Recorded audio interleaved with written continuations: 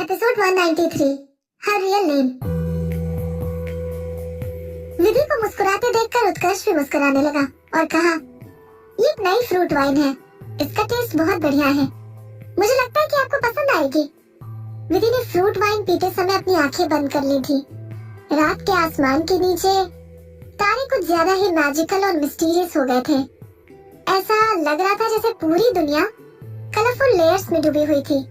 Background में soft music चल रहा था और वो अपनी पिछली जिंदगी में सुनी हुई धुनों को पहचान भी रही थी। क्या आपको ये गाने याद है? उत्कर्ष ने धीरे से पूछा। हमने भी एक साथ बनाया है। वो धीरे से बड़बड़ाई। फ्रूट वाइन में अल्कोहल थोड़ी ज्यादा थी, इसलिए उसे महसूस हो रहा था कि उसका दिमाग थोड़ा स्लो रिएक्ट कर रहा है। उत्कर्ष की पलक चौड़ी हो गई।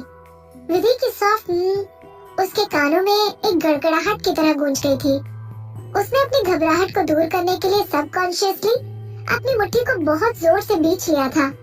उसने किसी तरह खुद को शांत रखने की कोशिश की और सॉफ्ट टोन का इस्तेमाल करते हुए उसने आवाज लगाई, विधु। उसने जवाब नहीं दिया क्योंकि जानी पहचानी धुनों ने उसे चारों तरफ से घेर रखा था और ऐसा लग रहा था जैसे वो उसे उसके अतीत में वापस ले आई है। वो कंफर्टेबल फील कर रही थी। उत्कर्ष ने उसकी ग्लास भर दी। हैव सम मोर। ये आपके टेस्ट को मैच करने के लिए बनाया गया था। क्या आपको याद है कि हम फ्रांस में बॉर्डियोक्स गए थे? उस समय आपने काफी ज्यादा मीठे अंगूर चुने थे और उससे अपनी खुद की वाइन बनाना चाहती थी, लेकिन इसके लिए पूरा वाइनयार्ड बर्बाद कर डाला था। उस इंसिडेंट को याद करते हुए विधि के होठों पर एक मुस्कुराहट आ गई थी। हाँ, मुझे याद है। उस समय आपने मुझे चुपचाप वहाँ से निकाल लिया था। उत्कर्ष के कानों में एक बार फिर से खतरे की घंटी बज उठी। भले उत्कर्ष में काफी अच्छा सेल्फ कंट्रोल था, लेकिन उसकी आवाज कांपने लगी थी। विधु, कर्ष। विधि का दिमाग थोड़ा हेजी हो गया था और वो वाइन के नशे में एक सिली सी स्माइल दे रही थी। अपना जाना पहचाना निकनेम सुनकर उत्कर्ष की जान सूखने लगी। क्या उसके सामने बैठी ये लड़की सचमुच में वही थी? भले ही सुनने में थोड़ा अजीब लगता था और सभी लॉजिक्स को चैलेंज करता था, लेकिन उसे लग रहा था जैसे वो वाकई में वापस आ गई थी। उत्कर्ष ने अपने शक को वेरीफाई करने के लिए एक्साइटमेंट में आकर उसे प्रोब करना कंटिन्यू किया। पिछले कुछ सालों में मैंने सचमुच में तुमको बहुत मिस किया। सिर्फ तुमने ही मुझे मिस किया। विधि अपने सर को सहलाते हुए मुस्कुराती रही। वो अपने ग्लास में पड़े लिक्विड को घुमाती जा रही थी। वो सभी झूठे हैं, लायर दे आर। कौन है वो सब? उत्कर्ष ने गहरी सांस लेते हुए पूछा। मुक्ति, चेतन और इसके आगे विधि कुछ नहीं बोल पाई। उत्कर्ष ने अपने ग्लास में फिर से वाइन भर ली और देखते ही देखते उसने उसे पी भी लिया। फिर उसकी आवाज जरा तेज हो गई। और कौन कौन? आरव। उसने तारों से भरे आसमान की तरफ देखा और अपनी धुंधली यादों के साथ बड़बड़ाई। आरव कहते ही उसके दिमाग में एक लंबी और हैंडसम सी इमेज बन गई। उसकी तीखी नाक और पतले होठ और उसकी आंखों की वो चमक जो उसके किसी को घूरने पर दिखाई देती थी। उसकी आंखों से आंसू बहने लगे। उसकी नाक सिकुड़ गई।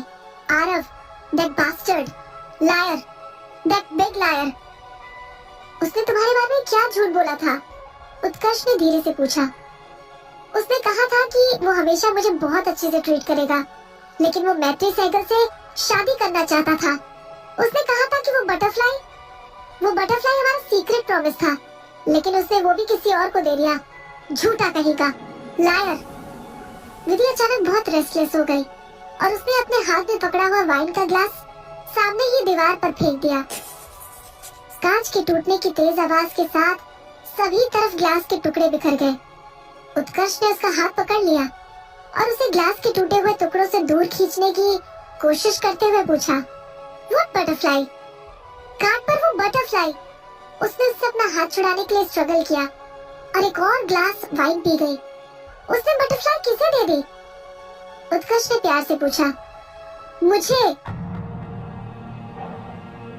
विधि ने अपनी तरफ उंगली दिखाते हुए कहा, क्या तुमने अभी ये नहीं कहा कि उसने वो बटरफ्लाई किसी और को दे दी? उत्कर्ष ने एक बार फिर से पूछा। हाँ, उसने वो किसी और को दे दी। उसने ये विदुषी को दे दिया। उसने परेशान होते हुए कहा। जैसे ही उसने ये बात कही उसका दिमाग और भी स्लो हो गया था। उसने मुझे नहीं दिया। क्या तुम विदुषी नहीं हो? उत्कर्ष ने ये सोचकर अपनी सांसें रोक रखी थी कि वो अब सच सुनने वाला है। नहीं, मैं नहीं हूँ, विधि ने कहा।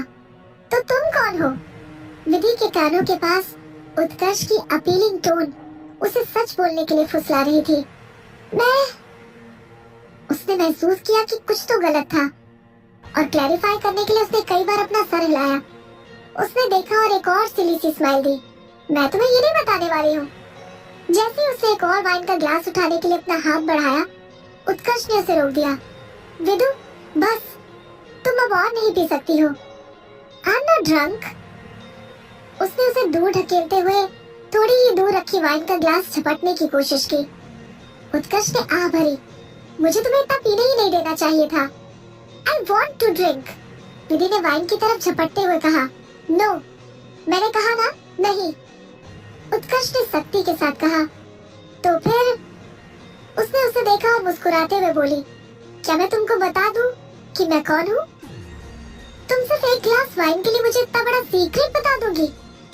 उत्कर्ष को समझ नहीं आया कि अब वो हंसे या रोए। विदु, सचमुच में तुम अब और नहीं पी सकती हो। No, I want to drink. मुझे पीना है। विधि ने उसकी बात को नजरअंदाज किया और उसे छूटने के लिए स्ट्रगल करने लगी। कर्ष, मुझे जाने दो, मुझे वाइन दे दो। अगर तुम मुझे ये वाइन दे दोगे तो मैं तुम्हें बता दूंगी कि मैं कौन हूँ। विदु, मैं पहले से जानता हूँ कि तुम कौन हो। उसे वाइन पीने से रोकने के लिए उसने बहुत प्यार से कहा। वो पल भर के लिए स्ट्रगल करना भूल गई और उसे शंभरी नजरों से देखने लगी। तो फिर तुम मुझे बताते क्यों नहीं कि मैं कौन हूँ? उसने तुरंत कोई जवाब नहीं दिया। थोड़ी देर बाद उसने अपना हाथ बढ़ाकर उसके चेहरे को सहलाते हुए कहा, विदु, मैं तुमको पिछले 10 साल से भी ज्यादा समय से जानता हूँ। मुझे अभी भी विश्वास नहीं हो रहा कि तुम इतनी आसानी से इस दुनिया को छोड़कर चली गई थी। आसानी से? वो जोर से हंस पड़ी। ये आसान मौत नहीं थी, बिल्कुल आसान नहीं थी। कर्ष, क्या तुम्हें पता है कि जिंदा रहने के लिए कितना तरस रही थी? लेकिन वो लोग मुझे मारना चाहते थे। हाँ, वो मुझे मारना चाहते थे। उत्कर्ष ने उसे अपनी बाहों में लेकर कसकर गले लगा लिया। लेकिन अगर मैं मरी नहीं होती तब क्या होता? तब भी मैं उसके पिंजरे में ही रहती, उसकी अंडरग्राउंड लवर के तौर पर, सारी जिंदगी उसके हाथों की कठपुतली बनकर। कर्ष, क्या तुम्हें पता है कि मैं कितना ज्यादा डरी हुई थी? मुझे डर लगता था कि एक दिन जब मैं सोकर उठूंगी तो मैं सचमुच में सिर्फ एक कठपुतली बनकर रह जाऊंगी। उसका गला भर गया। उसने जोर से रोना शुरू कर दिया। जब वो रोने लगी तो उत्कर्ष ने उसे फिर से अपने गले से लगा लिया। काफी देर बाद उसने धीरे से पूछा, जब तुम इतने बड़े स्टेज से गिर रही थी तब क्या तुम्हें डर लग रहा था? हाँ, मैं डर गई थी, उसने जवाब दिया और वो उसकी बाहों में फूट फूट कर रोने लगी। मैं घबरा गई थी, लेकिन इस तरह से नीचे गिरना आरव की कैद से बचकर निकलने जैसा था। मैं आरव के पंजे से छूट सकती थी। अभी भी मैं थोड़ा बहुत याद कर सकती हूँ कि मेरे लिए कितना अच्छा था। जिस साल उसने मुझे टॉर्चर किया था, उस समय भी वो छोटी छोटी बातें मेरे दिल से नहीं निकल पाई थी। उसकी आवाज धीरे धीरे सॉफ्ट होती गई और फिर वो एकदम चुप होकर सो गई। उसने एक लंबा सपना देखा।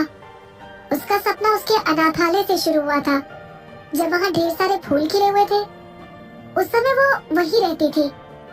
फिर वो एक बहुत बड़े म्यूजिक कॉन्सर्ट में पहुंच गई, जहाँ कम से कम 10,000 स्ट्रॉन्ग ऑडियंस थी। न जाने कहां से वहाँ उस राक्षस जैसे मास्टिफ के भौंकने की आवाज आने लगी। अंधेरे में हाथ में कोड़ा लिए वो आदमी, वो प्यार से सबका गले लगना, उसका प्यार और फिर गुड बाय। जब अगले दिन वो सोकर उठी तो उसके सर में एक अलग तरह का दर्द था। विधि ने अपने माथे को रगड़ा और उठकर बैठ गई। वो बिस्तर से उतर गई और अपनी सराउंडिंग्स को देखते हुए उसने ढकेल कर दरवाजा खोल दिया।